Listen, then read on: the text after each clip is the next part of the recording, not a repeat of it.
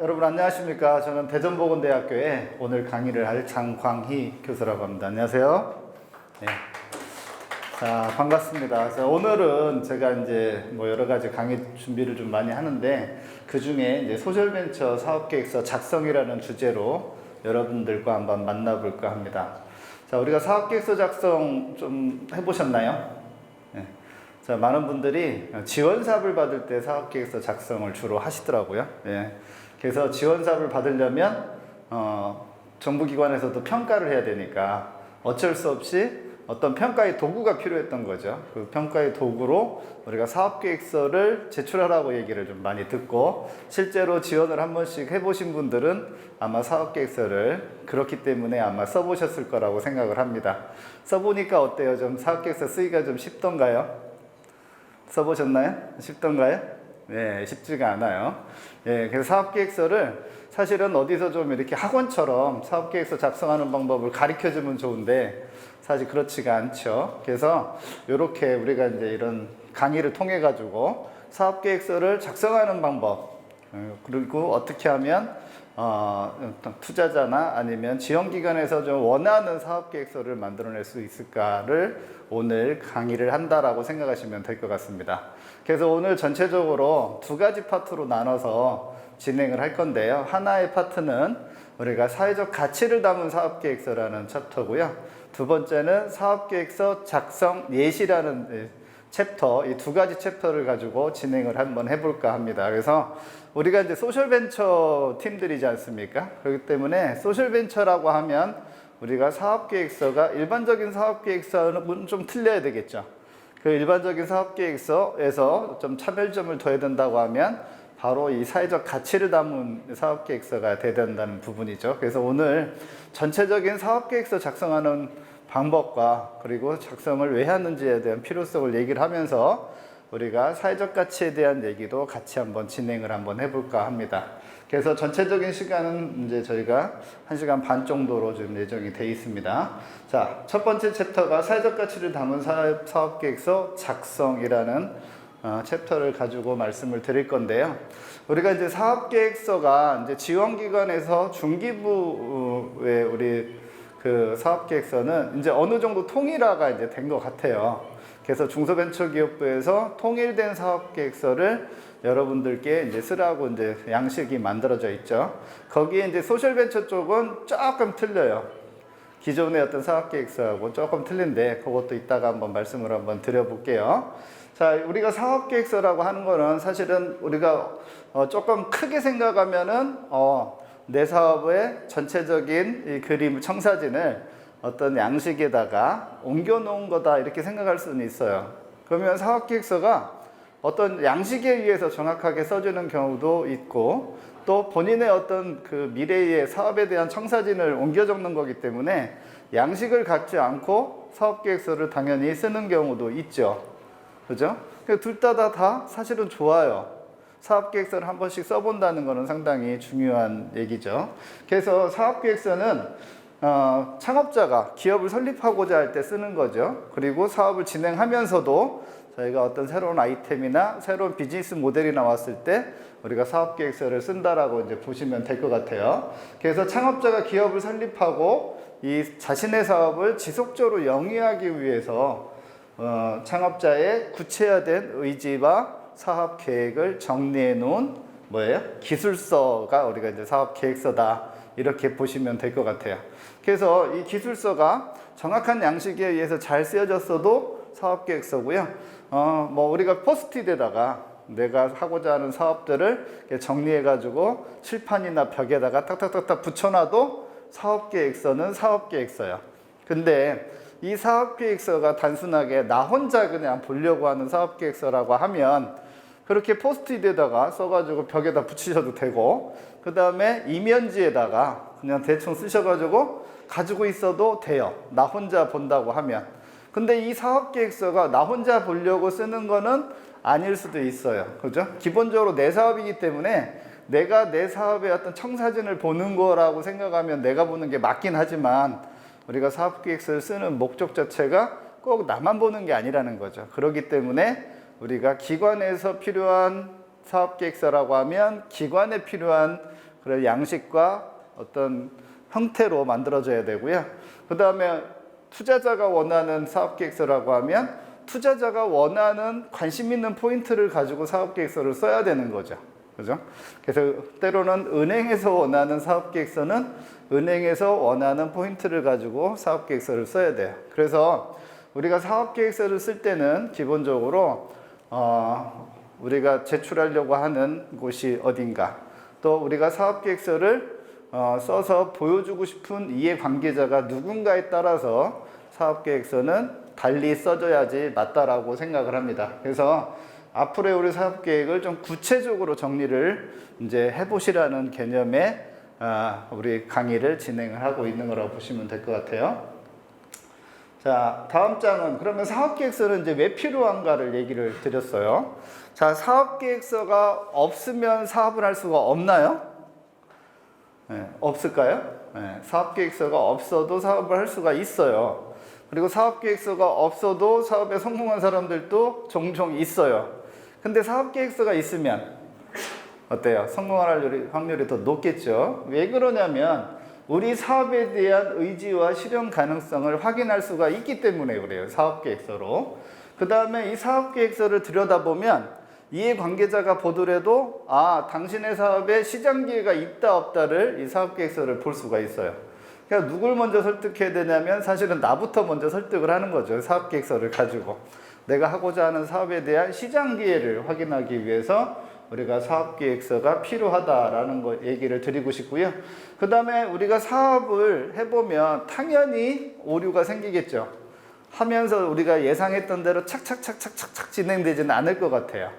우리가 계획이라는 게 그렇지 않습니까? 우리 뭐 초등학교 때부터 계획 많이 세웠죠. 방학 때 가면은 방학 들어갈 때 항상 선생님이 숙제를 내줘요. 방학 계획을 써오라고 했죠. 그래서 우리가 뭐 그림도 그리고 막 해가지고 방학 우리의 그 활동 계획서를 썼단 말이에요. 근데 방학이 끝나고 나서 이렇게 한번 되짚어 보면 그대로 됐던가요? 한 3일 정도 되고 말죠. 3일 정도. 3일 되고 만단 말이에요. 작심 3일 정도. 그렇지만 그래도 방학 때 그렇게 계획을 세우고 시작을 하면 그 계획에 맞추려고 노력을 좀 했던 기억이 나요. 사업도 마찬가지로 사업계획서가 없어도 사업을 할 수가 있겠지만 이런 구체적인 사업계획이 있으면 그 사업 계획에 따라서 내가 사업을 진행하려고 하는 그런 노력들을 했겠죠. 그렇죠? 그렇기 때문에 이런 사업에 대한 오류가 훨씬 덜하다는 거예요. 그래서 이왕이면 사업계획서가 없어도 되지만 이왕이면 사업계획서를 잘 써서 이런 오류를 줄일 수 있다는 게 사실 가장 큰 사업계획서를 작성하는 목적이 되지 않을까 이렇게 생각이 들고요. 자, 사업계획서는 보기 쉽게끔 만들어져야 돼요. 그죠? 저만 보는 게 아니고 다른 사람한테도 보여준다고 얘기를 했잖아요. 그러니까 다른 사람한테도 보여줄 때 이 사업계획서가 조금 직관적으로 쉽게 와닿는 게 좋겠죠. 사업계획서를 줬는데 투자자가 한참 읽어도 무슨 내용인지 모른다. 그러면 좋은 사업계획서가 아닌 거죠. 그죠? 사업계획서를 드렸는데 갑자기 이런 지원기관에서 도대체 무슨 얘기하는지 잘 모르겠다. 좋은 사업계획서가 아니에요. 그러려면 가독성을 높인 사업계획서가 좀 돼야 되겠죠. 그러려면 이런 거예요. 사업의 구상을 글과 그림을 통해서 표현을 좀 해주면 글도 읽을 수도 있고 그림도 읽을 수 있으면서 가독성을 좀 높일 수 있는 그런 사업계획서를 만들어내니까 이런 사업계획서가 좀 필요하지 않을까 이런 얘기를 드리고 싶고요. 그 다음에 주변의 이해관계자들이 되게 많아요. 우리가 사업을 하려고 하면. 그죠? 지금 이제 청년 창업가들이 이렇게 많이 오셨는데 청년 창업가분들 사업하려고 하면 당장 누구부터 설득을 시켜야 돼요? 부모님부터 설득시켜야 되지 않나요? 네, 어제도 제가 청년 창업가를 만났는데 부모님이 엄청나게 반대를 많이 한다고 하시더라고요. 요즘은 이제 예전보다는 이제 반대하는 게 좀 덜하긴 한데 어쨌거나 이해 당사자 중에서 내 가까운 부모님 아니면 내 뭐 가족들을 이해를 시켜야 돼요. 그러니까 그 이해 당사자들을 설득시키려면 내가 말로만 할 수 있어요? 말로만 해가지고 막 설명을 하면 그래 좋은 사업 계획이네. 그러면 그대로 한번 해봐. 아빠가 하나 5억 밀어줄게. 이런 경우는 흔치 않다는 거죠. 그죠? 그래서 말로만이 아닌 실제로 이런 사업 계획서를 제시를 하고 구체적인 계획을 설득을 하게 되면 이해 당사자들이 좋은 사업 계획서로 좋은 사업으로 인정을 하고 사업을 할 수 있게끔 적극적으로 뒤에서 밀어줄 수가 있는 그런 상태가 되는 거죠.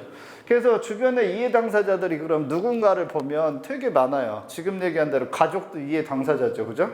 그 다음에 사업을 하려면은 사실은 이제 팀을 짜야 돼요. 팀들이 이제 생겨야 되는 거죠, 그죠? 그 팀이 있으려면 나의 어떤 사업 구상을 팀원이 될 예비 팀원한테 설명을 좀 드려야 되는 거잖아요. 그랬을 때 그 예비 팀원도 그 사업을 듣고 야, 나도 이 사업에 동참을 하면 나도 좋은 게 있구나라고 생각을 할 거 아니에요. 그렇기 때문에 이런 팀원들도 들어올 수가 있는 거예요. 그러면 그 예비 팀원이나 예비 직원들 이런 분들도 다 이해 당사자예요. 그죠? 사업을 하다 보면 돈도 필요하죠. 그죠? 컨설팅 같은 걸 가보면 사장님, 대표님 요즘 가장 필요한 게 뭐세요? 이렇게 물어보면 99%가 뭐만 있으면 된다고 그래요? 네, 다 돈만 있으면 된다고 그래요. 네, 그래서 자금 필요한 얘기를 해요.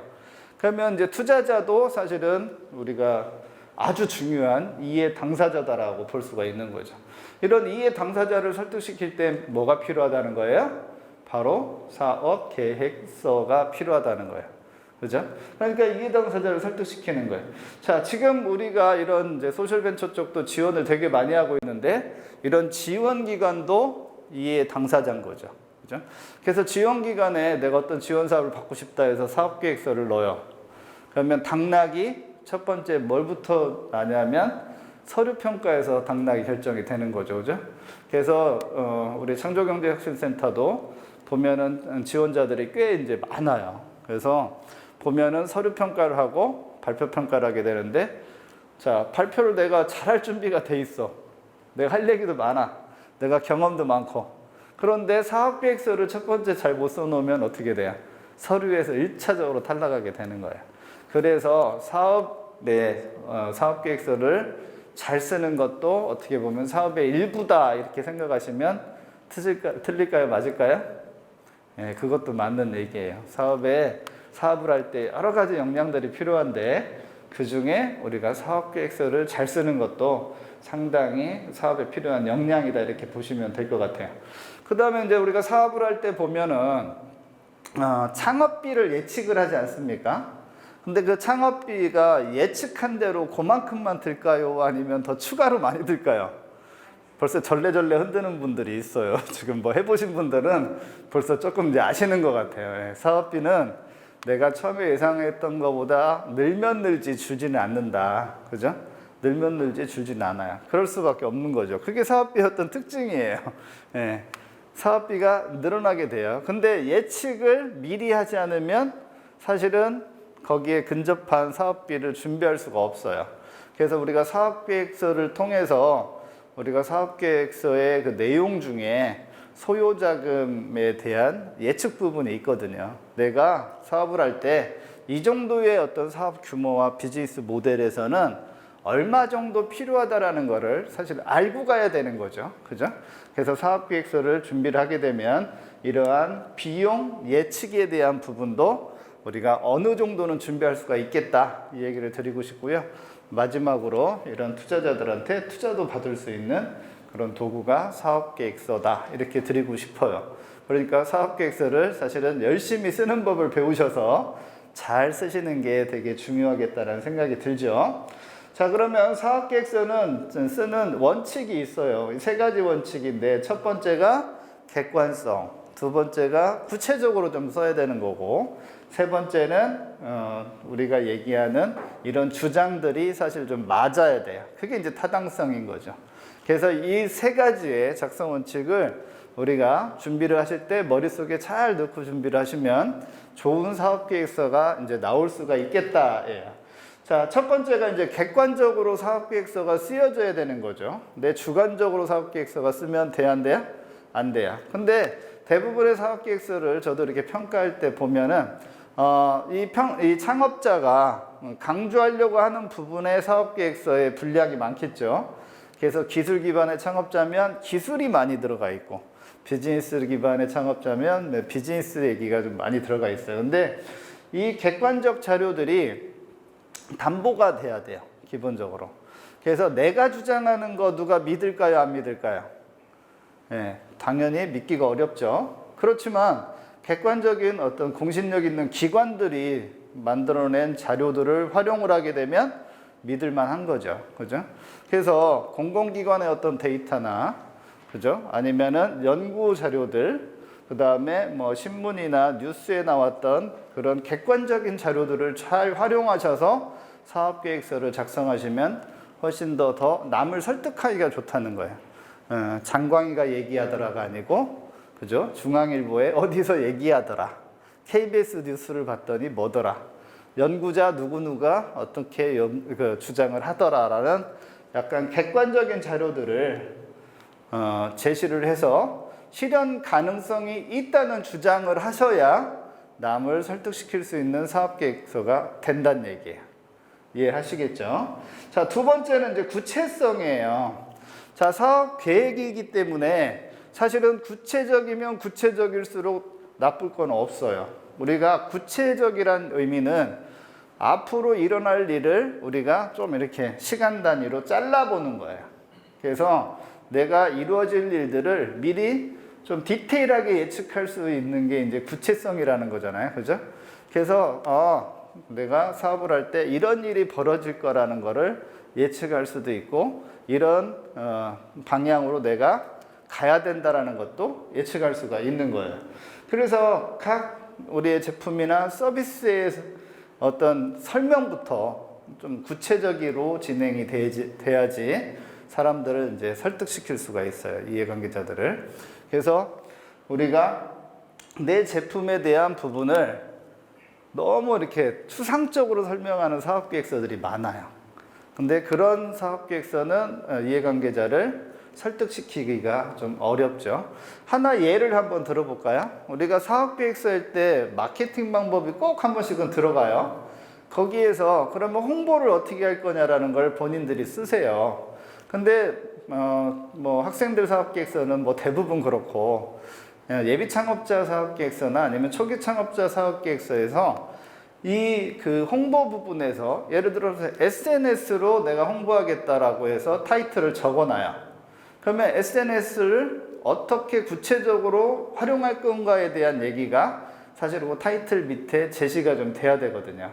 근데 인스타그램, 블로그, 그 다음에 페이스북을 활용하겠습니다. 이렇게 써놓은 거예요.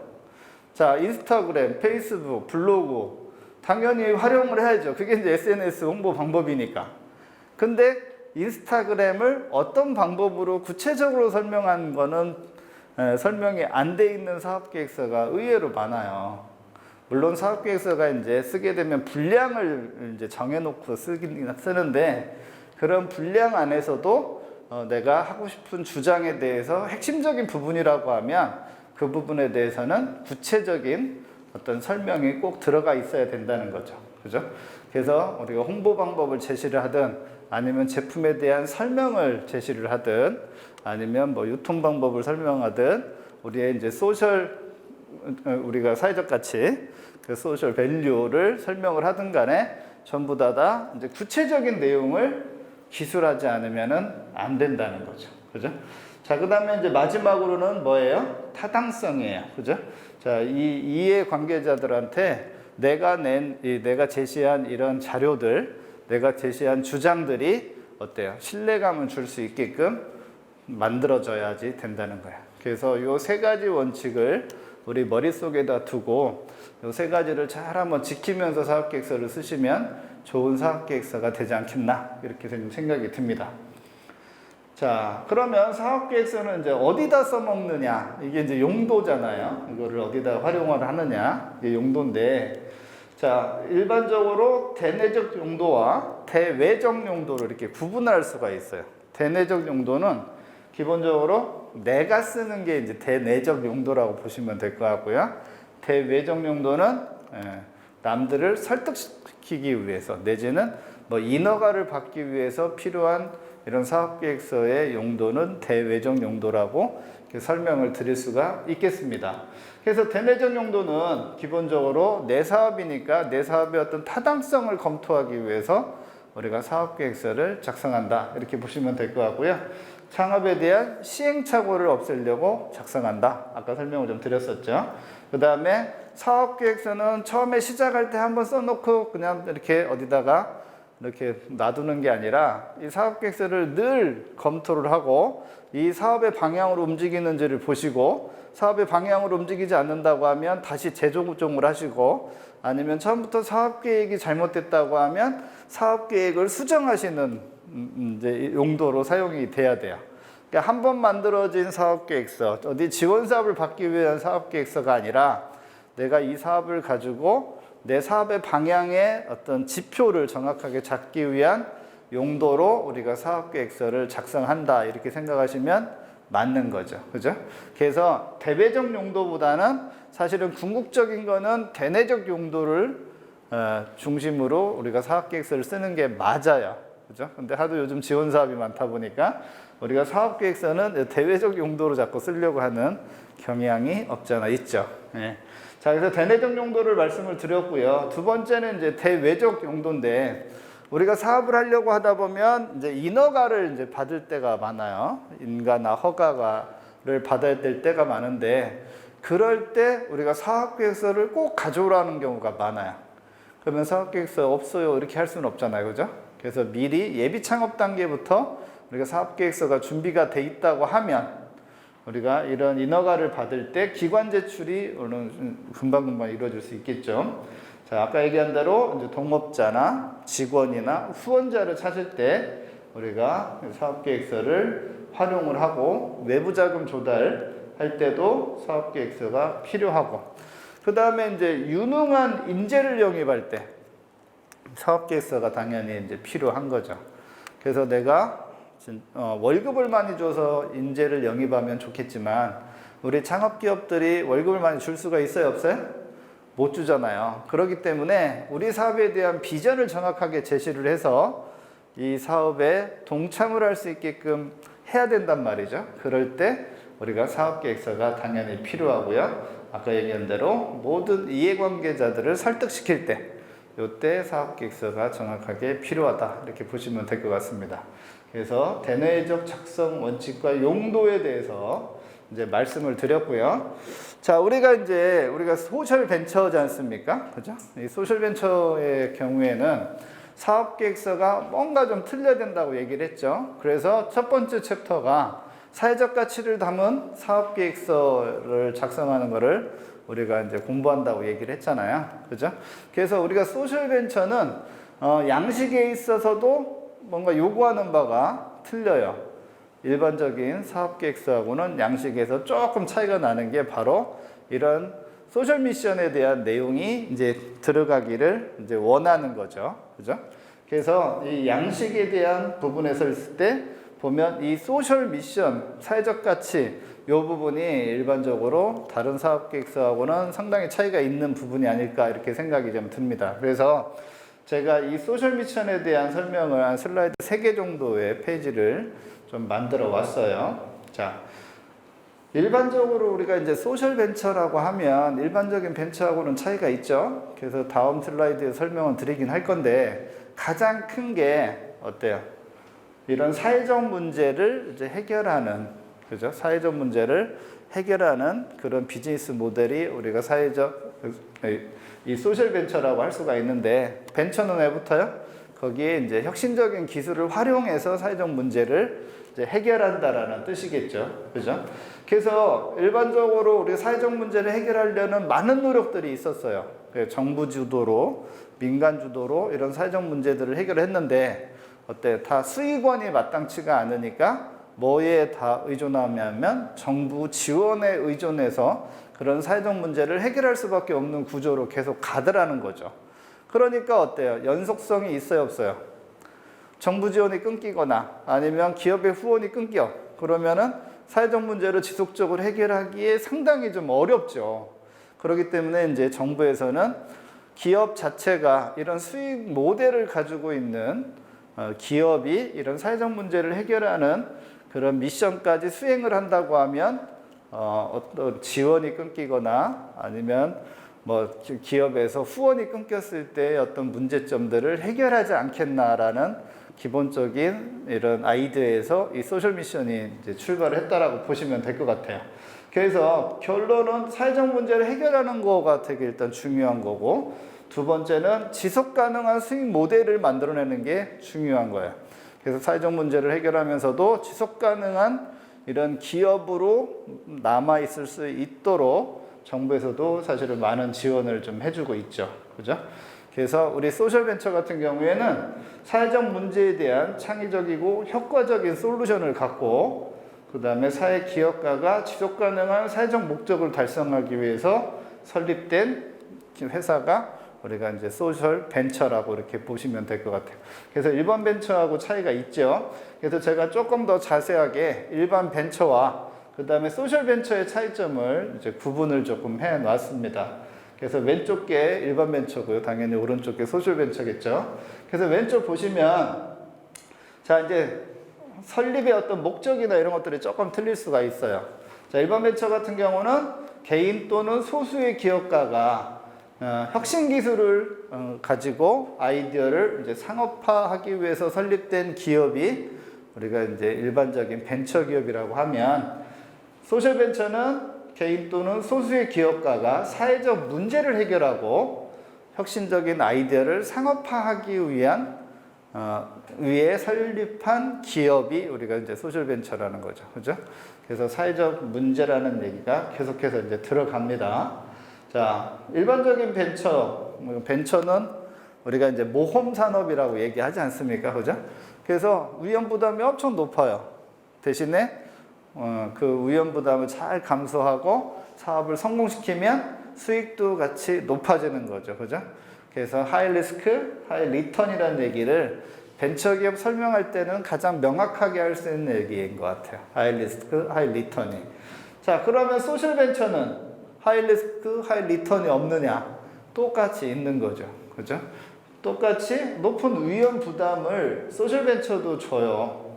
그런데 성공할 경우에는 수익만 발생시키는 게 아니고 이런 사회적 문제를 해결하는 그런 이제 어떻게 보면 부가적인 수익도 얻게 되는 거죠. 그래서 일반적인 벤처와 소셜 벤처의 차이점이 있다라고 얘기를 드릴 수가 있고요. 그 다음에 일반 기업의 창업하고 벤처 창업하고 조금 틀린 게, 우리가 모험가적 기업가 정신을 가진 창업자가 창업을 하느냐 안 하느냐로 구분을 하잖아요. 그래서 일반적인 기업은 이런 모험적인 기업가 정신을 대부분 가지고 있지 못한데, 우리가 벤처기업, 그 다음에 소셜벤처는 이렇게 기업가 정신을 기본적으로 가진 창업자가 주도를 하게 되는 거예요. 대신에 소셜벤처는 사회적 가치를 더 중요시하는 모험적인 창업자가 우리가 이 기업 활동을 주도한다, 이렇게 보시면 될 것 같아요. 그래서 벤처기업 같은 경우에는 벤처기업의 운영 목적이 주주의 높은 수익률, 이게 운영 목적이에요. 돈을 많이 벌어서 내가 풍족하게 살거나 아니면 우리 주주의 그 수익을 보장을 해주는 게 벤처기업의 운영 목적이라고 하면, 거기에 우리 소셜벤처는 최우선으로 사회적 가치를 더 둔다라는 데 차이가 있는 거죠. 그래서 첫 번째부터 네 번째까지 다 마찬가지로 계속 뭐가 나왔어요? 사회적 가치, 사회적 가치, 사회적 가치, 사회적 가치가 나온 거예요. 그래서 이 소셜 벤처는 우리가 최고 우선시하는 게 우리가 사회적 가치를 우선시한다라고 생각을 하면 드릴 수가 있을 것 같고요. 제가 이제 이 소셜 아이템을 사업화시키는 거를 약간 도식화를 한번 해봤어요. 자, 그래서 우리가 사회적 가치를 만들어내려면 무엇부터 해야 되냐는 거죠. 무엇부터. 그래서 우리가 사업계획서를 평가할 때도 사실은 제일 먼저 평가하는 게 우리가 소셜 미션을 가지고 있느냐를 평가를 하거든요. 그래서 그 소셜 미션이 어떤 거냐가 상당히 중요한데, 제가 슬라이드를 한 장을 한번 만들어서 넣어봤어요. 자, 첫 번째가 이제 사회적 문제를 정의하는 게 제일 첫 번째. 우리가 하고자 하는 사회적 문제에 대한 명확한 정의가 있어야 우리가 소셜 미션이 나오는 거죠. 자, 사회적 문제들이 우리 주변에는 되게 많아요. 근데 그 사회적 문제가 많은 사람이 같이 공감을 할 수 있는 문제여야 비즈니스가 되는 거예요. 그죠? 나나 아니면 내 주변에 아주 일반적인 몇 명의 사람만 그 사회적 문제들에 대한 공감을 가지고 있다. 그러면 어때요? 비즈니스로 확대하기에 상당히 좀 부족함이 있죠. 그래서 사회적 문제를 정의할 때 우리 사회적 문제가 어느 정도 중요성을 가지고 있느냐를 우리가 이제 판단을 해야 되는데, 자, 이런 기준을 가지고 사회적 문제의 중요성을 파악할 수가 있을 것 같아요. 자, 사람들이 같이 얼마나 사회적 인식을 하고 있느냐, 사회적 문제에 대해서. 두 번째는 많은 사람들이 그거에 대해서 이제 공감을 하고 있느냐. 자, 세 번째는 이 문제를 해결하긴 해야 되는데 이 해결할 시기가 시급하게 해결해야 될 거냐, 아니면은 좀 여유가 있느냐, 이런 판단을 좀 하셔야 될 것 같고요.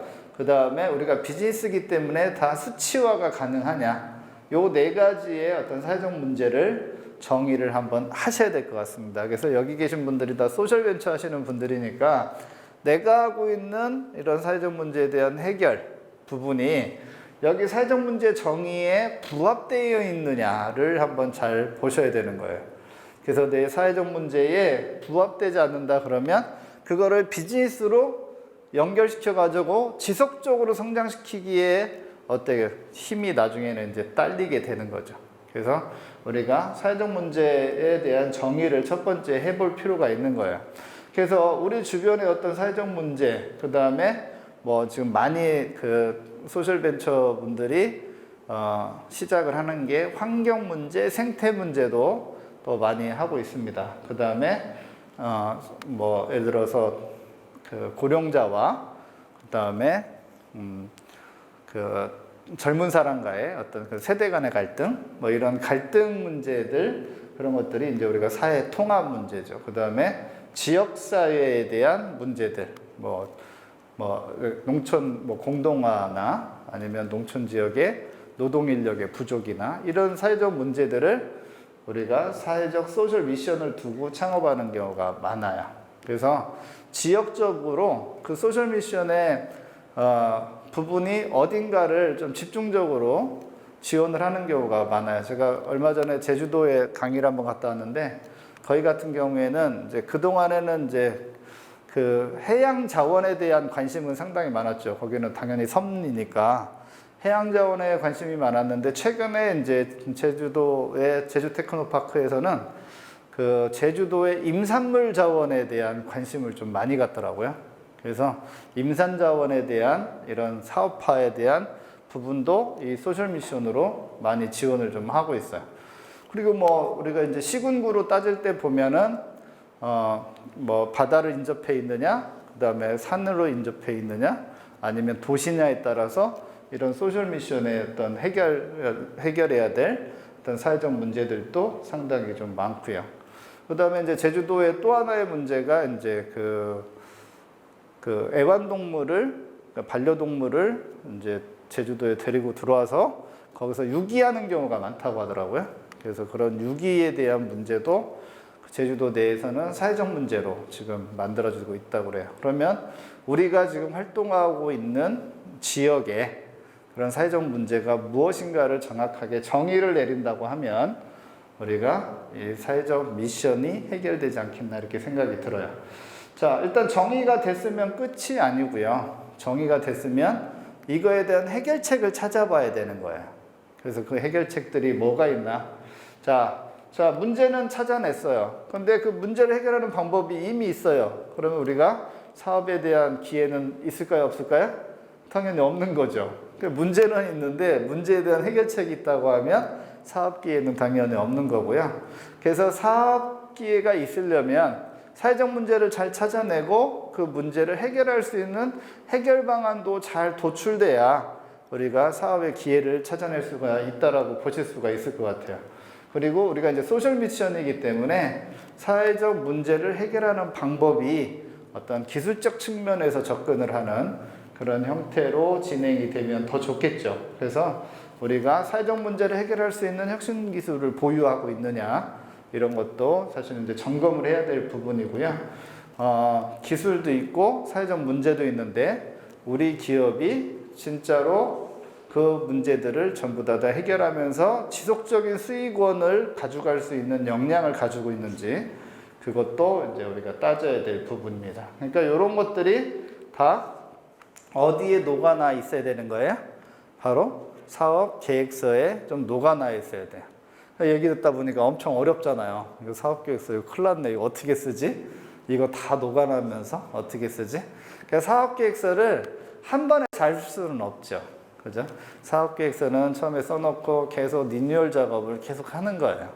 그러면서 전국에는 이런 사회적 문제와 그리고 그거에 대한 해결책이 잘 녹아다 있으면 우리가 좋은 사업 계획서가 될 수 있는 거라고 보시면 될 것 같고요. 자, 그 다음에 이제 사회적 파급 효과가 이제 커야 되는 거죠. 자, 앞단에 문제가 클수록 파급 효과가 사실은 커져요. 그죠? 사회적 문제를 그래서 의미 있는 사회적 문제를 찾아내는 게 중요한 거예요. 이 의미 있는 사회적 문제를 밑에 있는 해결 방법을 통해 가지고 해결을 하신다고 하면 찾아오는 파급 효과도 상당히 크겠죠. 그러려면 이제 이렇게 기반이 형성돼 있어야 되는 거예요. 자, 사회적 관심도 어느 정도 갖추고 있어야 되고요. 그 다음에 여기에 맞는 이제 정부 지원도 사실 이루어져야 되는 거죠. 그래서 우리가 이제 소셜 벤처 같은 경우에는 지속적인 수익 모델을 사실은 만들어내는 게 일반 벤처보다는 훨씬 더 어려워요. 그죠? 왜냐하면 사회적 문제를 해결하는 거를 기반으로 하기 때문에 일반적인 벤처보다 지속적인 수익 모델을 가져가는 게 어렵기 때문에 이런 정부가 훨씬 더 큰 관심과 지원을 할 수밖에 없는 거죠. 자, 그렇게 되면 여기에서 만들어진 이런 문제 해결에 대한 결과물들이 소비자들이 구매를 하는 거 아니겠어요? 그런 결과물들에 대한 부분도 소비자들의 인식이 돼 있어야죠. 야, 이거는 사회적 기업이 만든 거야. 이거는 사회적 협동조가 만든 거야. 이거는 소셜벤처가 만든 그런 제품과 서비스야 라고 소비자들도 인식이 돼 있어야 때로는 조금 더 비용을 지불하더라도 우리가 사회적 이 소셜 미션이 달성된 그런 기업들의 이런 제품과 서비스를 이제 사용해 주는 거 아니겠어요? 그래서 저변에 이 소비자 인식 바꾸는 것도 또 우리가 해야 될 일, 그리고 기업이 해야 될 일, 또 지원 기관이 해야 될 일이 아닐까 이렇게 생각이 듭니다. 그리고 우리가 기본적으로는 수익 모델 자체가 지속적 성장을 하기 위해서는 안정적 모델이 갖춰져야 되는 거죠. 그래서 이런 어떤 전체적인 그림이 이런 환경이 잘 갖춰져 있으면 우리가 소셜 미션에 대한 수행을 하는 기업들의 어떤 지속적 성장이 예상되는 거죠. 그래서 이런 것들이 잘 사업계획서에 녹아나 있으면 우리가 사회적 가치 실현이라는 부분이 잘 담겨져 있는 사업계획서가 되지 않겠나 이렇게 생각이 좀 듭니다. 자, 그리고 우리가 이제 사업계획서를 쓰면 자, 우리가 사업계획서를 쓰게 되면 사업계획서에서 약간 양념 같은 부분이 좀 필요하기도 해요. 자, 그거 전에 제가 사업계획서의 구성을 한번 먼저 보여드릴게요. 여기 이제 사업계획서 구성인데, 자, 전체적인 사업계획서가 어떤 틀에 의해서 만들어지는 게 좀 편하겠죠, 그죠? 그 틀들이 이 사업계획서의 구성이다 이렇게 보시면 될 것 같아요. 그래서 사업계획서는 양식이 틀려도 여기 있는 내용들이 잘 담겨 있으면 기본적으로 좋은 사업계획서다 이렇게 보시면 될 것 같아요. 자, 여기 보시면은 사업의 아이템, 그 다음에 회사 목표와 마케팅 목표, 그 다음에 창업자의 역량이 이렇게 앞단에 이제 나와 있는 거죠. 우리가 사업계획서를 보는 사람 입장을 조금 생각해 보시면 사업계획서를 딱 봤을 때 무엇부터를 보나를 사실은 제일 중요하게 생각하셔야 될 것 같아요. 그래서 사업계획서 평가를 하시는 분들이 자, 평가를 할 때 제일 먼저 뭘 볼까를 한번 생각을 해보시면 뭐부터 볼까요? 바로 아이템명을 봅니다. 아이템명. 그래서 아이템명이 처음부터 매력적이면은 관심이 조금 더 가는 거고요. 아이템명이 그냥 일반적인 저거로 다 있는데 뭐 이렇게라고 생각을 하면 사실은 이제 관심을 좀 덜 갖고 볼 수도 있어요. 그래서 이 아이템명이 일단 중요하고요. 그 다음에 사업계획서를 열었을 때 사업계획서의 각각의 내용들 중에 그 중에 제일 관심 있는 부분이 우리가 창업 아이템일 거예요. 그래서 뭐 창업자의 역량도 중요하고 누가 만들었는지 중요하고 마케팅을 어떻게 하려는지도 다 중요하지만 사실은 사업계획서 전체를 이해를 하려고 하면 우리가 지금 창업자가 하고자 하는 아이템이 어떤 건지를 먼저 알지 않으면 뒷단의 설명이 조금 이해가 덜 가겠죠. 그래서 처음부터 사업 아이템에 대한 설명을 해놓는 것도 중요해요. 근데 우리 이제 우리 소셜벤처 사업계획서도 보면은 첫 번째는 문제인식이에요. 우리 사업계획서가. 그래서 문제인식 부분이 앞에 와 있기 때문에 처음부터 내가 아이템을 설명하기는 어렵지만 내가 이 아이템을 왜 만들어졌나를 설명할 수는 있어요. 문제인식 단계에서.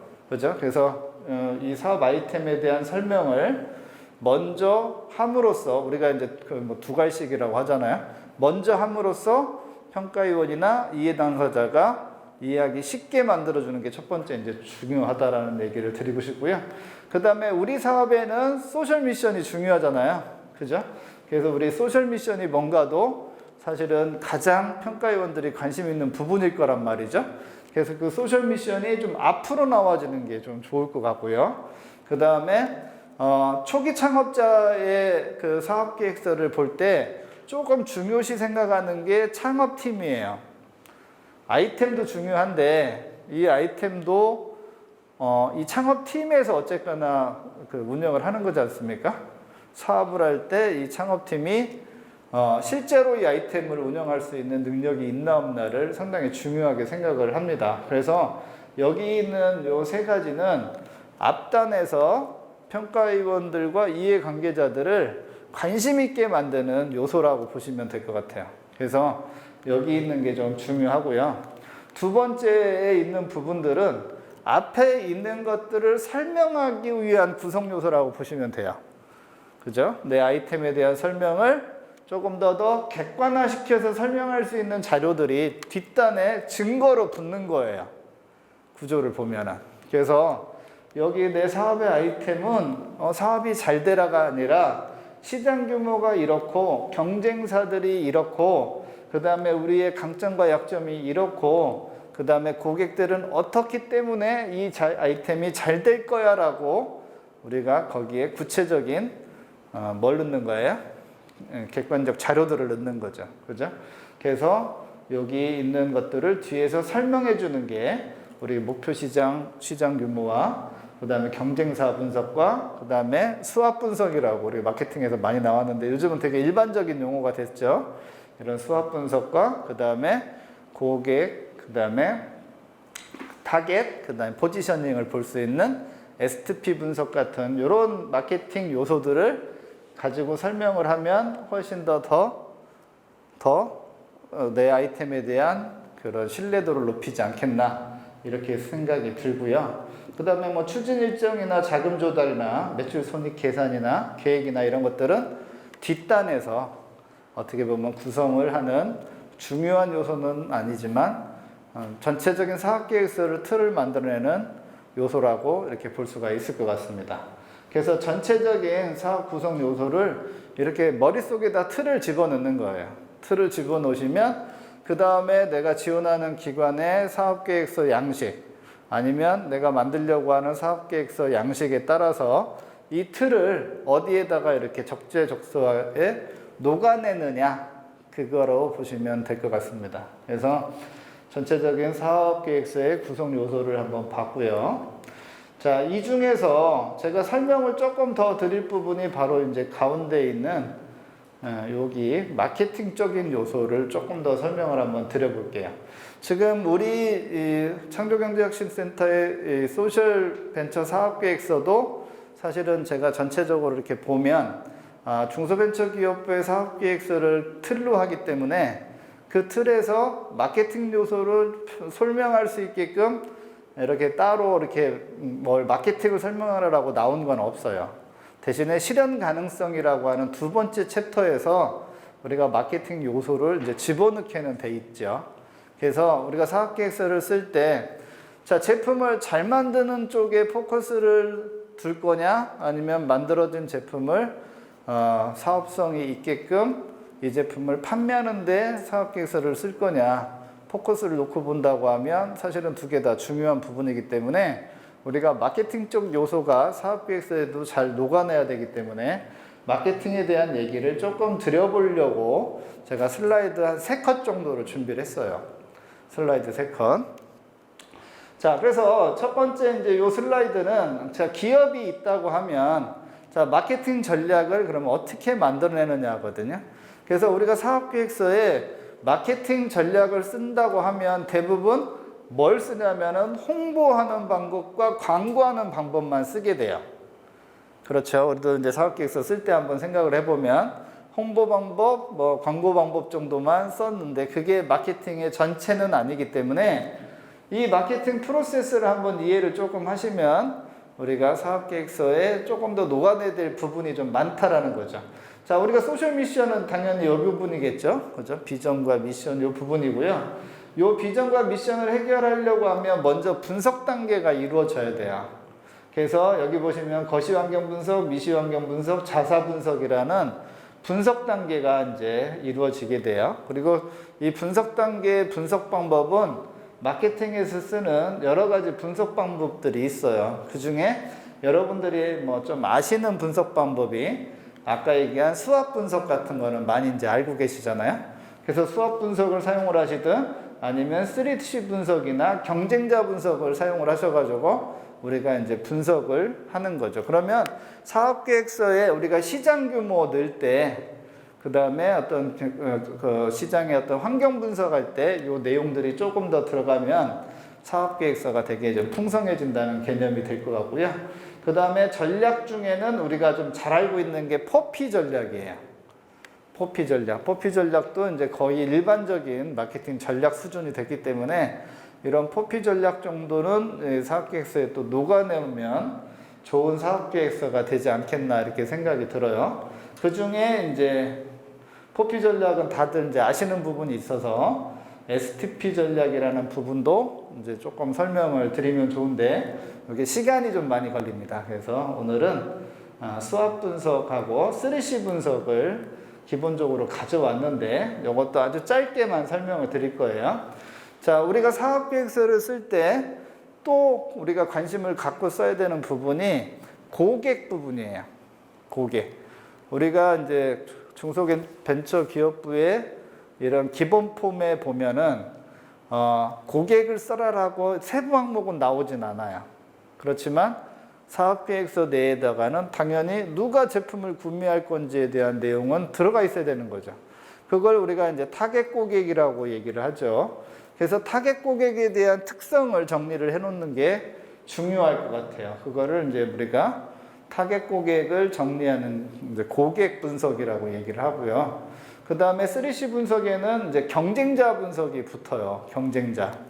그래서 우리 제품이, 우리 서비스가 이제 개발이 될 건데 경쟁자가 없는 제품은 있을까요? 없을까요?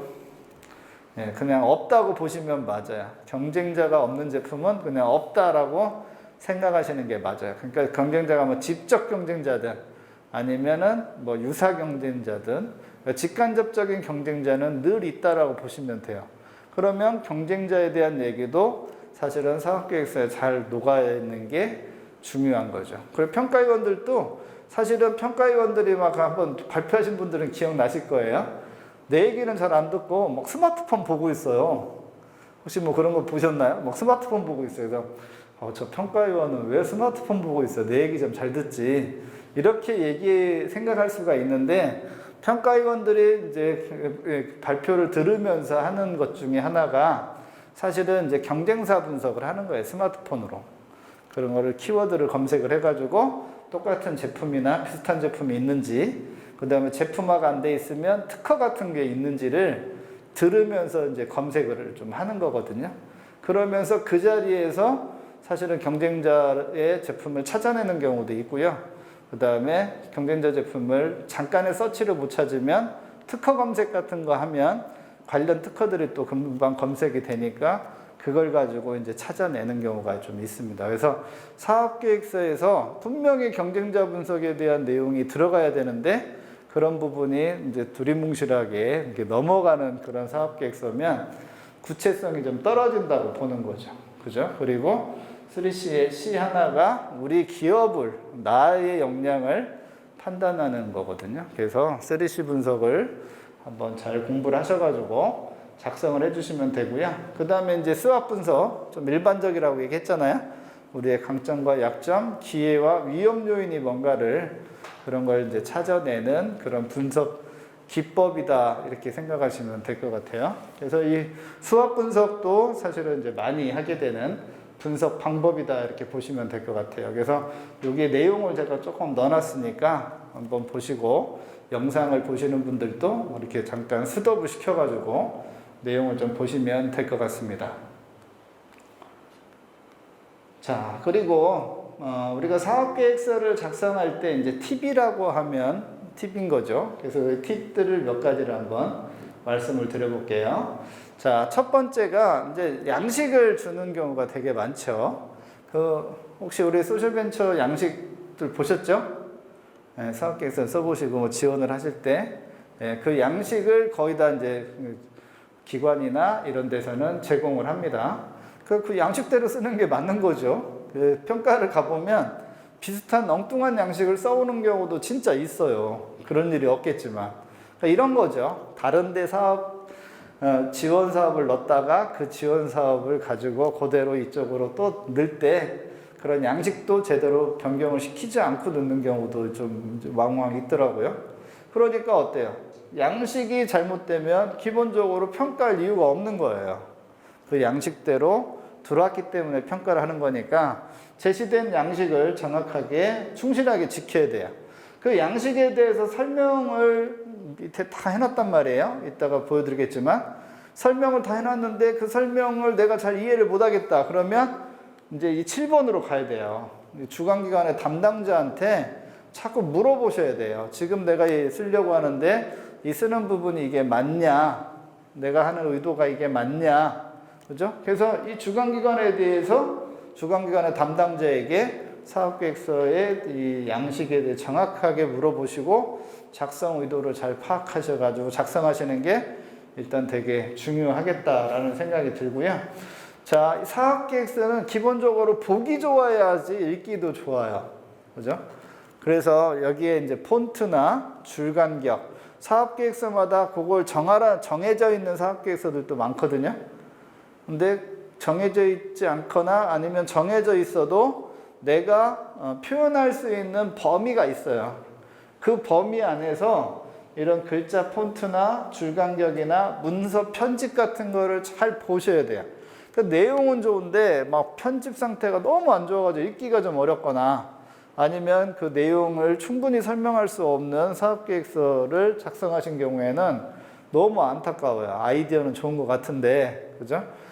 표현 자체가 잘못된 거죠. 자, 그 다음에 아래 한글 문서를 주로 우리가 많이 사용을 합니다. 그래서 이제 조금씩 바뀌기는 하는데, 뭐, 마이크로 워드? 그런 것도 같이 사용을 이제 하게 하는 경우도 있긴 하지만, 어쨌거나 정부기관에 우리가 제출을 한다고 하면 거의 다 양식이 아래 한글 양식이에요. 그래서 외국에서 살다 보셨거나 아니면 MS 워드만 공부했던 사람들은 아래 한글로 쓰기가 좀 어렵다고 얘기를 또 듣긴 들어요. 그렇지만 어쨌거나 표준은 지금 아래 한글 문서이기 때문에 아래 한글 문서를 쓰지만 우리가 PPT 슬라이드에서 우리가 뭐 차트를 만들거나 그림을 그리거나 이런 것들을 적극적으로 만드셔서 아래 한글에 옮겨와 가지고 쓰시면은 이 사업계획서가 조금 보기가 상당히 좀 좋아 보여요. 그래서 우리가 그냥 글로만 쓰는 것보다는 PPT에서 이런 슬라이드를 만드셔서 그걸 캡처해가지고 아래 한글로 넣어서 작성을 하시면 훨씬 더 보기 좋은 사업계획서가 된다라는 얘기를 좀 드릴 수가 있고요. 그 다음에 강조하고 싶은 내용은 글을 줄줄줄줄 서술하는 것보다는 이런 이미지로 만들어주는 게 좋아요. 그래서 PPT에다가 이미지로 만들어주고 그 이미지를 캡처해가지고 넣어주는 거예요. 이것도 마찬가지예요. 지금 이 슬라이드에 있는 내용들을 글로 쓴다고 한번 그냥 생각해 보세요. 자, 사업계획서의 작성 틀 하나 놓고 제시되는 양식에 충실하게 작성해라. 글자 포인트는 되돌려라. 해가지고 글로 여기 쭉 해서 4줄, 5줄로 적었다 생각해 보세요. 그게 읽기가 쉬워요. 이렇게 슬라이드로 정리된 게 읽기가 쉬워요. 당연히 이게 쉽잖아요. 그죠? 평가위원이 평가할 수 있는 시간이 한정돼 있어요. 미리 사업계획서를 저희한테 보내주고 그걸 가지고 공부 좀 해서 평가하라고 하면 좋은데 이거를 외부에다 유출하면 안 되잖아요. 여러분들의 아이템을. 그래서 실질적으로 평가위원들이 와가지고 현장에서 리뷰를 해요. 리뷰하는 시간이 그렇게 뭐 오래 길지는 않는단 말이죠. 그렇기 때문에 사실은 우리가 읽기 편하고 가독성이 높고 직관적인 사업계획서가 설득력은 훨씬 더 좋은 거다. 이렇게 보시면 될 것 같고요. 자, 심사위원 입장에서 작성을 하시는 거예요. 그래서 심사위원들이 기본적으로 연세로 따지면은 한 50대, 60대 이렇게 돼요. 그러면은 글을 10포인트로 작게 막 써봐요. 그럼 보여요, 안 보여요? 잘 안 보이죠. 네, 그런 배려도 사실은 좀 필요한 거예요. 그래서 내가 정확하게 뭔가를 설명하고 싶다 그러면 글자 포인트 같은 거나 체 같은 게 상당히 그래서 중요하다 얘기를 이제 드릴 수가 있는 거예요. 자, 이제 지금부터는 한 30분 정도 남았는데, 자, 사업계획서의 작성 예시 두 번째 챕터를 가지고 설명을 좀 한번 드려볼게요. 자, 요거는 실제로 우리 대전 창조경제혁신센터의 소셜벤처 사업계획서예요. 그래서 그 양식을 제가 하나를 받아가지고 그거를 캡처해서 이 양식을 가지고 좀 설명을 드려볼까 해서 캡처해서 슬라이드에 넣었거든요. 사실은 이 양식 자체가 여기 제목하고 지금 문제인식의 창업 개발 동기 부분 요쪽 빼고는 기본적으로 중소벤처기업부의 이 사업계획서 양식하고 동일해요.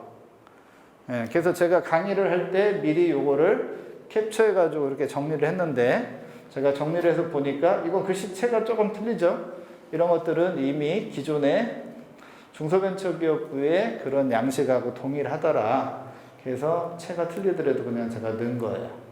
여기 보시면 친절하게 작성 목차가 딱 들어가 있어요. 첫 번째. 그래서 이 첫 번째 작성 목차를 보시면 전반적으로 사업계획서의 어떤 구성을 한번 보실 수가 있는 거죠. 그래서 제가 아까 사업계획서의 구성을 슬라이드를 통해 가지고 한번 알려드렸잖아요. 그 내용들을 여기에 이렇게 이제 녹아내는 개념이라고 보시면 될 것 같아요. 자, 여기 일반 현황, 요거는 뭐 일반적으로 기본적으로 개인정보나 이런 것들이니까 일반 현황을 잘 작성하시면 될 것 같고요. 자, 개요가 있고 문제인식이 있고 실현 가능성이 있고 다음 페이지에 성장 전략이 있고 팀 구성이 있어요. 그래서 중소벤처기업부의 기본적인 폼은 이 4가지의 구성으로 만들어진다고 생각하시면 될 것 같아요. 이 구성 안에 우리가 아까 배웠던 사업계획서의 그런 구성 내용들을 이제 녹여놓으면 되는 거예요. 그래서 요거를 양식을 하나하나 한번 펼쳐가지고 제가 어떤 부분이 좀 중요하게 평가위원들이 생각하는지를 한번 같이 설명을 한번 드려볼게요. 자, 기업 현황에 대해서는 설명을 굳이 안 해도 될 것 같고요. 자, 첫 번째가 이제 요약이에요, 요약. 자, 요약 부분은 뒤에 있는 내용들이 다 나오기 때문에 요약이 중요하냐 이렇게 생각할 수는 있는데 사실은 요약을 먼저 보게 됩니다, 평가위원들이. 이게 한 장 내지는 2장으로 정리가 되어 있거든요. 그래서 이 내용을 한눈에 볼 수 있게끔 정리가 돼야지 사실은 여기에서 관심과 여기에서 좋은 사업이겠네라는 판단력이 이제 들게 되는 거죠. 그래서 이 요약이 그냥 뒤에다 나오니까 그냥 대충 뒤에 있는 거 이렇게 긁어다가 컨트롤 V, 컨트롤 C, 컨트롤 V로 이렇게 넣는 경우가 있는데 그렇게 하지 좀 말라는 말씀을 좀 드리고 싶어요. 그래서 요약이 어떻게 보면 사업계획서의 첫인상이다 이렇게 보시면 맞을 것 같아요. 그래서 첫인상이 당연히 좋아야 되겠죠. 그래서 요약에 평가위원들이 좀 관심을 많이 갖습니다. 그래서 제가 위에다가 이렇게 별표를 넣었어요. 별표. 중요도에 따라서 별이 5개가 이제 만점인데 이 요약 부분은 4개를 제가 중요하다고 넣었어요. 그러니까 되게 중요한 거예요. 4개면은.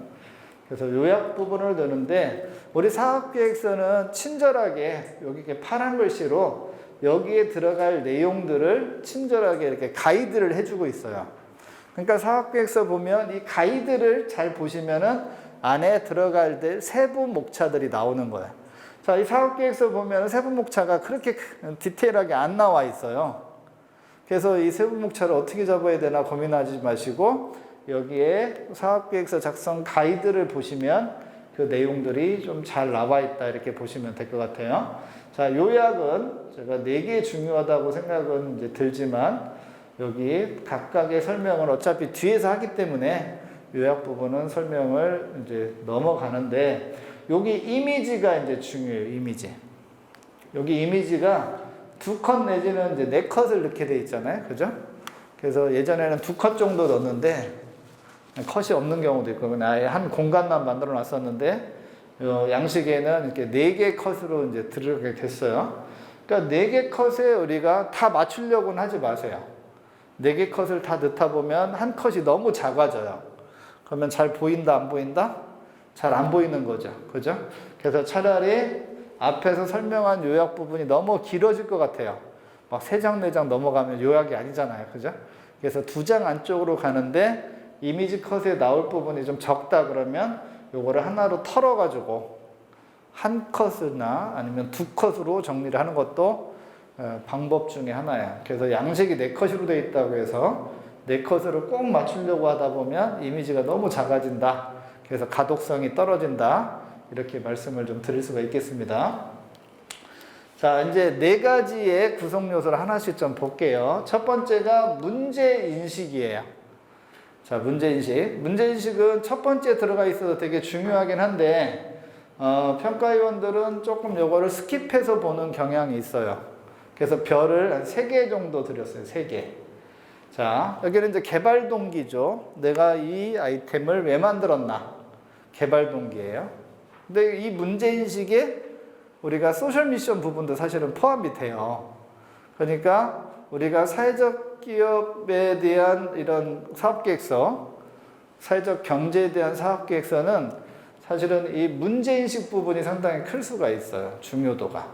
그래서 우리가 왜 이 제품과 서비스를 개발했는지에 대한 설명을 여기서 잘 하셔야 될 것 같아요. 자, 여기 보시면 사회적 문제인식과 해결 내용을 중심으로 작성하라고 했어요. 문제인식은 만들어 놨는데 해결 내용이 없으면 안 된다는 거죠. 그렇죠? 문제인식이 이런 게 있는데 우리는 어떤 방법을 해결했어요 라고 얘기를 이제 여기다 넣어야 되는 거고요. 자, 그러니까 제품 개발 동기 넣는 거고, 그 다음에 소셜벤처 예비 창업자로서 추구하는 사회적 가치와 해결해보자 하는 문제인식을 여기다 넣는 거예요. 그래서 요게 이제 동그라미가 이렇게 2개 있잖아요. 2개 있다고 또 2개 쓰는 분들이 있어요. 이건 늘려 쓰는 거예요. 네. 그리고 요게 표지가 한 장이 있다고 해서 또 한 장 쓰는 분들이 있어요. 되게 기본적인 것 같은데 실제로 평가하면 그런 분이 있어요. 그래서 여기 있는 내용들은 본인이 분량 조절을 하는 거예요. 그래서 이 개발 동기 쪽을 내가 좀 많이 쓰겠다고 하면 페이지를 다음 페이지로 넘겨서 계속 쓸 수가 있는 거예요. 그래서 양식이 그렇게 돼 있다고 해서 양식에 꼭 맞추려고는 하지 마시고, 크게는 여기에 보면 제품에 대한 개발 동기가 이 작은 동그라미 안에 들어가야 될 것 같고요. 2번째는 사회적 문제를 구체적으로 정리를 여기서 해야 될 것 같아요. 그죠? 그래서 요 동그라미를 타이틀로 사용을 하시면 되고, 그 다음에 요 바를 각각의 설명 내용으로 쓰시면 되고, 조금 더 구체적인 설명이 필요하다 그러면 점 있죠, 점? 그죠? 그래서 머리 글자 점으로 활용하셔가지고 내가 볼 수 있는 것들을 좀 구체적으로 설명하시면 되는데, 자, 글을 쓸 때 이제 서술형으로 쓸 거냐, 아니면은 이제 우리가 개괄식이라고 하는데 뭐뭐하였음, 뭐뭐임 이렇게 끝나는 글 있죠? 그거를 쓸 거냐를 이제 조금 고민을 해보셔야 되겠더라고요. 서술형으로 쓰면 문단으로 나와요. 그죠? 하나의 문단으로 나오면 문단은 가독성이 좀 떨어져요. 그래서 우리가 이제 개조식이라고 하죠. 그 개조식에 있는 내용들로 뭐뭐뭐뭐 했음, 뭐뭐뭐뭐 그렇게 해서 한 줄씩 딱딱딱딱 정리해 주는 게 평가위원들이 읽을 때 가독성이 훨씬 더 높아요. 거기에 조금 더 중요한 포인트가 있다고 하면 뭐 볼드체로 좀 바꿔주거나 아니면 밑줄을 그 부분만 좀 해주면 좋은데 너무 다 중요하다고 막 이 페이지마다 그 볼드체로 바꿔주고 밑줄을 거주면 너무 산만해요. 그러니까 진짜 중요한 포인트만 그걸로 정리해서 평가위원님 이 부분은 꼭 좀 읽어주세요. 이 부분은 꼭 읽어주세요라고 하는 그 포인트가 있다고 하면 그렇게 볼드체나 밑줄을 그어서 해주시면 훨씬 더 좋을 것 같다는 생각이 듭니다. 자, 두 번째가 이제 1-2인데 이게 창업 아이템 그다음에 서비스의 개발 목적이란 말이죠. 그러니까 별이 몇 개예요? 별이 4개, 여기는 5개 정도 돼요. 그래서 가장 많이 평가위원들이나 아니면 이해 관계자들이 제일 많이 보고 제일 많은 시간을 들여가지고 보는 데가 바로 이 창업 아이템 및 서비스에 대한 부분인 거죠. 그죠? 이 제품에 대한 부분이 있어야 미션도 이해가 가는 거고 이거에 대해 있어야 우리가 수익 모델도 이해가 가는 거기 때문에 이 부분을 가장 많이 보고 그 다음에 이 부분이 가장 중요하다라고 이렇게 보실 수가 있을 것 같아요. 그래서 우리가 우리가 이제 개발하려고 하는 이 아이템이 어떤 사회적 문제하고의 관계를 여기서 설명을 잘 하셔야 될 것 같죠. 앞에 개발 동기와 우리 주변의 사회적 문제는 문제인식 단계에서 충분히 설명을 드렸어요. 그죠? 그러니까 그 문제를 여기서는 우리가 제품과 서비스를 해결한다라는 의미 아니겠어요? 그래서 제품과 서비스에 대한 문제를 이쪽에서 해결하는 방법에 대한 설명이 정확하게 이루어져야 되는 거죠. 그러려면 제품이 가지고 있는 뭐 기능이나 효과 부분 이런 것들을 여기서 설명을 잘 이제 하셔야 되는 부분이 있습니다. 아시겠죠? 그래서 1-1, 1-2 요거 소셜 미션 쪽에서는 상당히 좀 중요한 파트다 이렇게 설명을 드릴 수가 있을 것 같고요. 그 다음에 이제 관심을 갖고 있는 부분이 실현 가능성이에요. 아이디어는 되게 좋아요.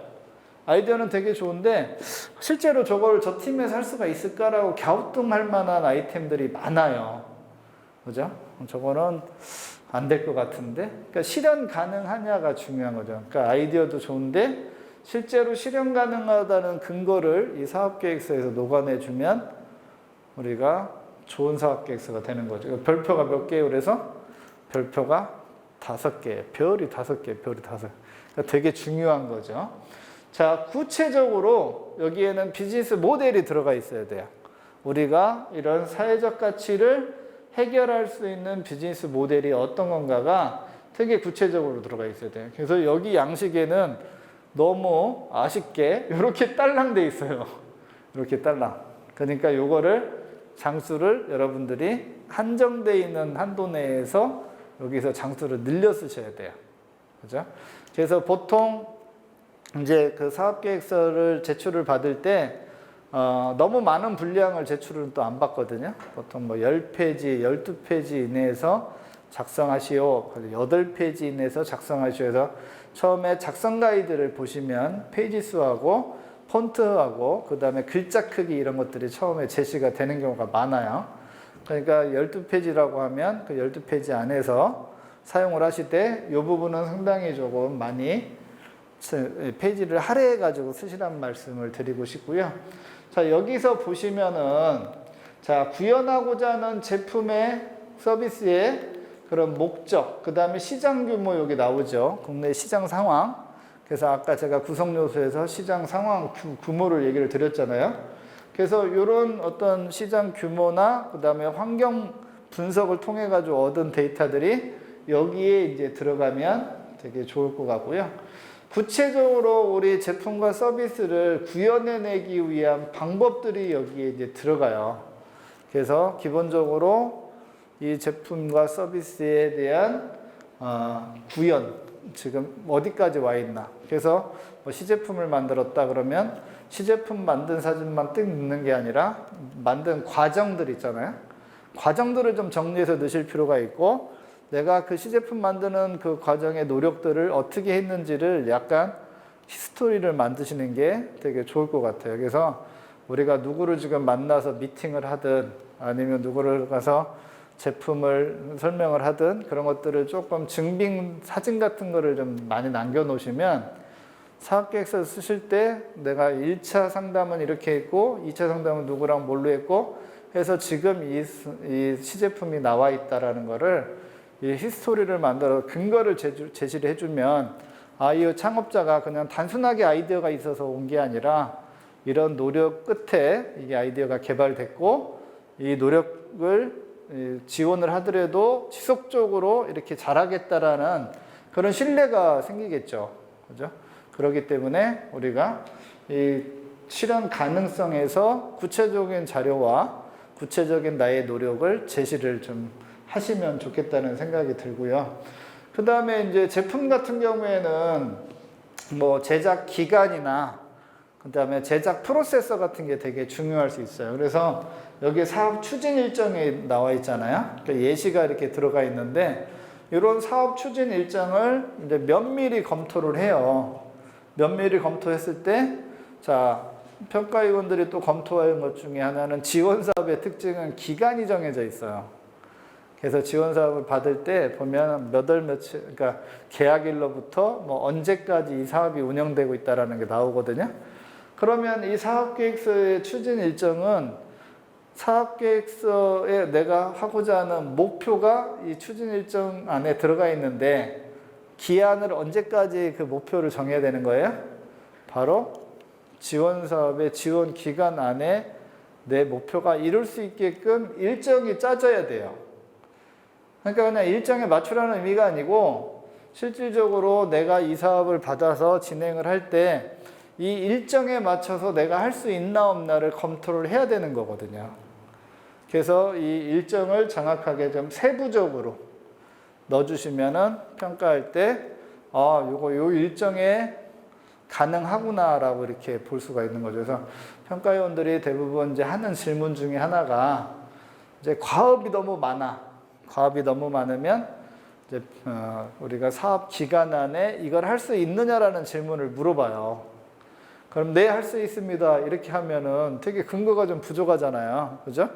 일정을 보시면 아시겠지만 제가 어떤 순서로 언제까지 어떻게 일정을 소화내겠습니다라고 대답을 정확하게 해주시면 평가위원들이 의도한 대답을 받는 거예요. 평가위원들은 질문할 때 사실은 의도한 답을 듣고 싶어 하는 거거든요.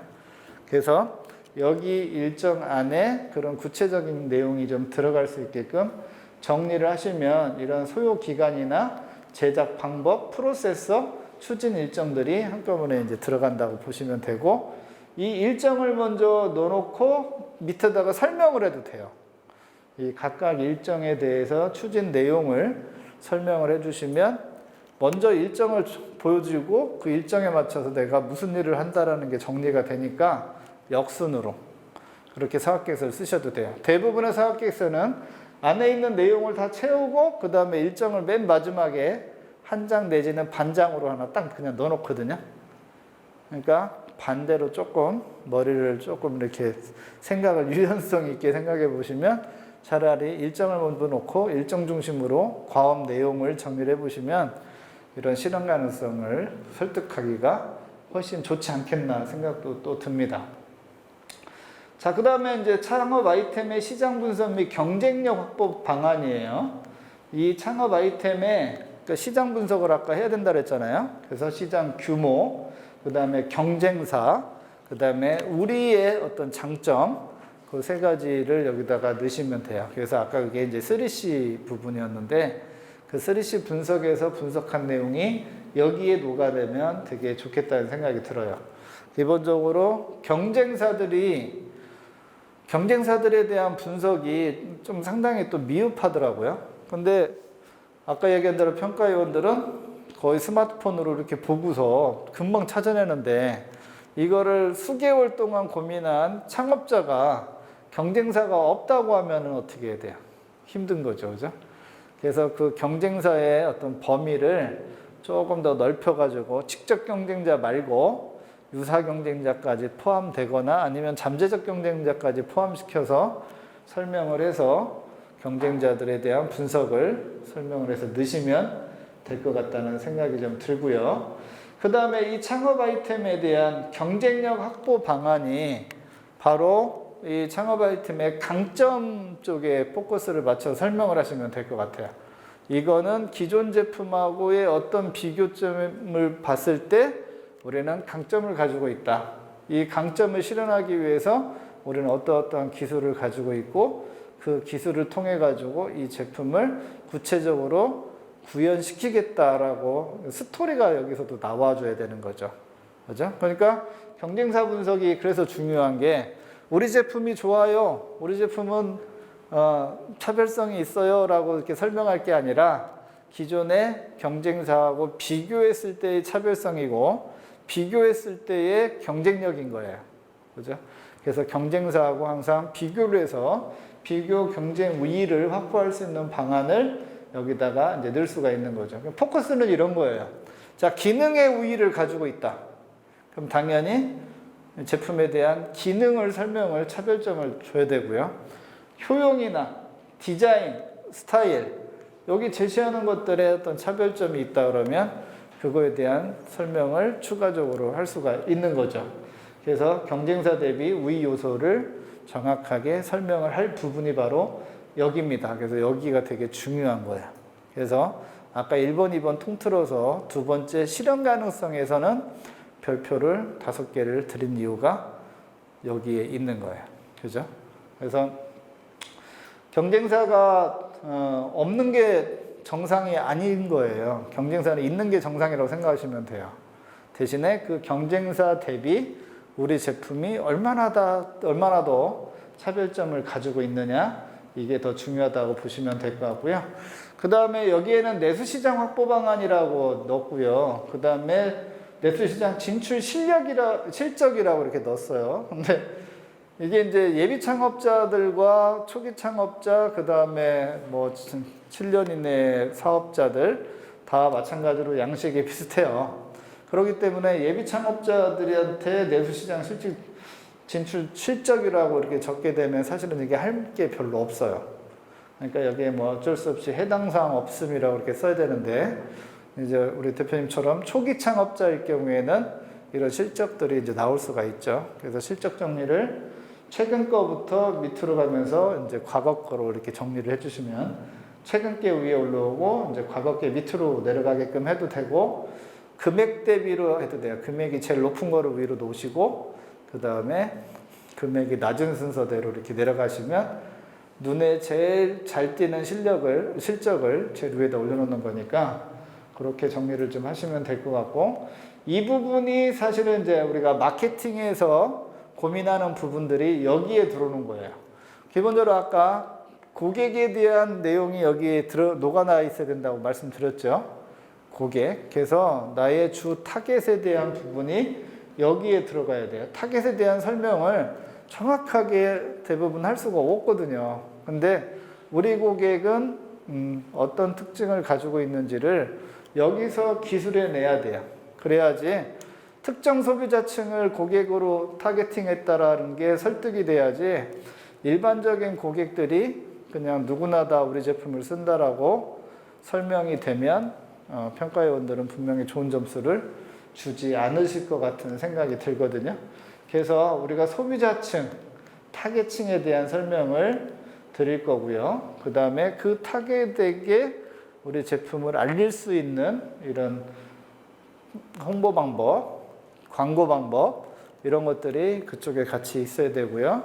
그 다음에 우리 제품에 대해서 이제 포지셔닝이라고 하는데 우리 제품을 명확하게 인식시킬 수 있는 하나의 전략도 여기에 들어가면은 되게 좋을 수가 있습니다. 그래서 마케팅 부분이 여기 내수시장 확보 방법에 어느 정도 녹아나 있어야 된다 이렇게 생각이 듭니다.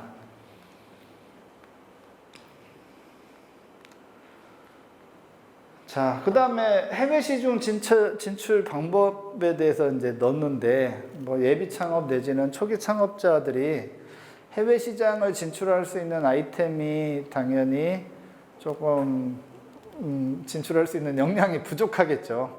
그래서 사업계획서들이 이렇게 들어오는 거 보면 여기는 거의 그냥 해당 사항 없음이나 준비가 안 돼 있는 상태로 들어와요. 그러니까 요 양식에 해외 시장 진출 방안이 들어왔기 때문에 어쩔 수 없이 쓰긴 쓰는데 실제로 이 부분의 비중은 조금 낮게 봐요. 그래서 별이 하나예요, 여기는. 대신에 우리가 처음부터 타겟을 내수 시장이 아니고 해외 시장을 놓고 본다고 하는 그런 기업들은 당연히 요거를 이제 잘 써야 되겠죠. 그래서 글로벌 진출 실적이나 뭐 진출 역량이라고 하면 뭐 특허나 인증 건수 이런 건데 대부분 없을 거예요. 없는 부분은 그냥 해당 사항 없음이라고 정리를 좀 하시면 될 것 같고요. 자, 수출 분야 핵심 인력을 가지고 있는 경우는 우리 예비 창업자나 초기 창업자들이 진짜 드물죠. 그래서 여기에 내용을 채우는 초기 기업들이 별로 없어요. 그래서 수출 자체에 대한 핵심 인력도 여기도 마찬가지로 해당 사항을 있다고 하면 쓰시면 되고 없다고 하면 없음으로 그냥 넘어가시면 될 것 같아요. 그래서 전체적으로 이제 해외 수출 부분은 별표가 좀 하나고요. 그 다음에 이제 출구 전략인데 출구 전략을 이제 엑시트 전략이라고 얘기를 하잖아요. 우리가 사업을 할 때 제품이나 서비스를 열심히 판매를 해서 수익을 얻는 경우도 있고, 그 다음에 어느 일정 기간 수익이 잡히거나 아니면 고객이 확보가 되면 나는 그 출구 전략을 해서 그걸 빠져나오는 전략을 쓸 수도 있는 거예요.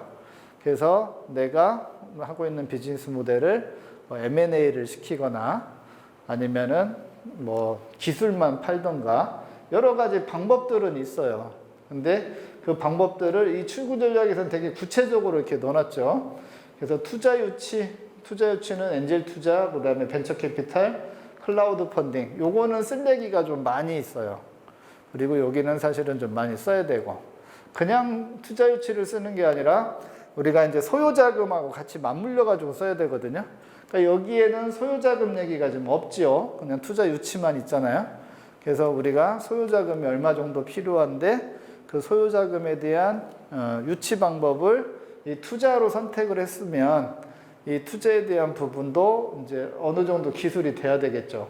그래서 대부분 할 수 있는 게 우리가 뭐 벤처 캐피탈한테 얼마 받겠다? 잘 안 믿어요, 평가위원들이. 엔젤 투자나 클라우드 펀딩 쪽은 이제 구체적으로 설명을 해주면 좀 믿을만 하겠죠. 그래서 클라우드 펀딩에 뭐 와디즈나 뭐 클라우드 펀딩 어느 회사에 어떤 방법으로 투자를 받겠다라고 설명을 구체적으로 넣으시면 중요할 것 같고요. 자, 인수합병 얘기는 아주 먼 얘기인데, 그죠?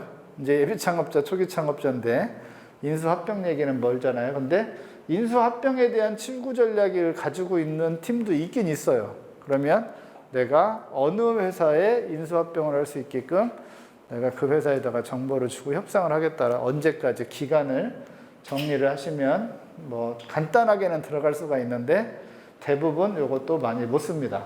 그 다음에 기업 공개는 더 하겠죠. IPO 되는 회사가 몇 개 없을 텐데 기업 공개도 돼 있고. 자, 이제 정부 지원금은 이제 많이 쓸 수가 있겠죠. 그래서 우리가 벤처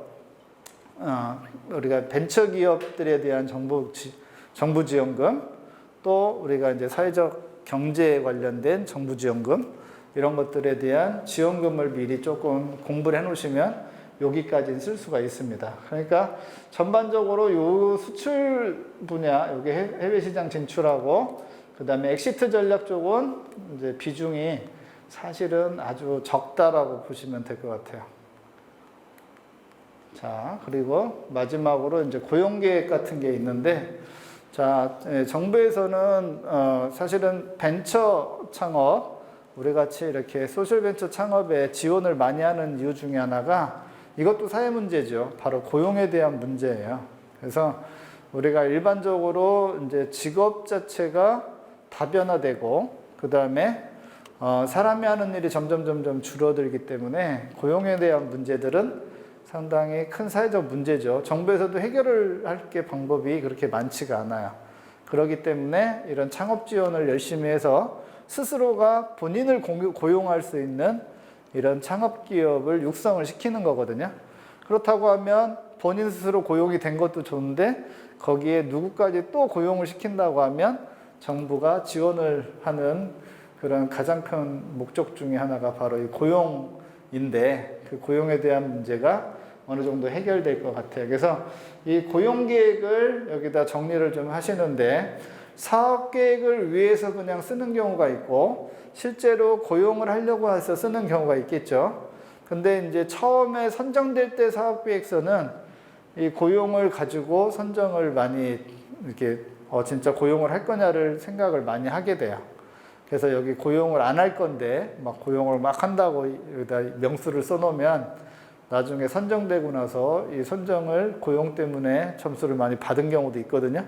그래서 이 인원수에 대해서는 조금 좀 구체적으로 그 다음에 신중하게 정리를 좀 하셔서 고용 인원을 정리를 하시는 게 좋을 것 같고요. 자, 팀원 아까 좀 본다고 했잖아요. 초기 창업 기업들 같은 경우에는.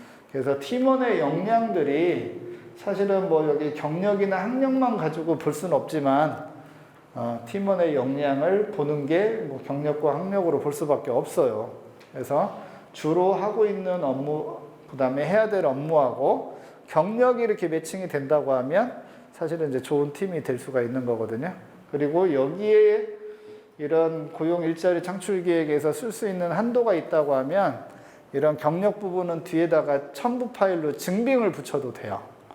그래서 뭐 이력서나 아니면 뭐 자격증이나 이런 것들을 증빙으로 붙여가지고 내가 제시되어 있는 이런 페이지 수를 오버할 경우에는 중요한 거는 그런 증빙들을 활용하시면 될 것 같다는 생각이 좀 듭니다. 그래서 전체적으로 사업계획서가 제가 말은 쉽게 지금 30분 만에 얘기를 했지만 실질적으로 쓰려면 고민을 조금 많이 하셔야 될 것 같아요. 그래서 고민하신 거를 정리를 하시고 다시 전문가의 멘토링을 좀 받으시고 또 고민하신 거를 좀 전문가 멘토링 받으셔서 계속 업데이트 하면 좋은 사업 계획서가 좀 되지 않겠나 이렇게 생각이 좀 듭니다. 그래서 지금 이제 우리 대전 창조경제혁신센터 같은 아주 좋은 창업 지원 기관이 있기 때문에 이런 혁신센터의 지원 프로그램을 잘 활용하시면 좋은 사업 계획서를 쓰지 않겠나 이렇게 생각이 좀 듭니다. 자, 1시간 반 동안 고생 많으셨고요. 영상을 듣는 우리 시청자분들도 수고 많으셨습니다. 자, 감사합니다.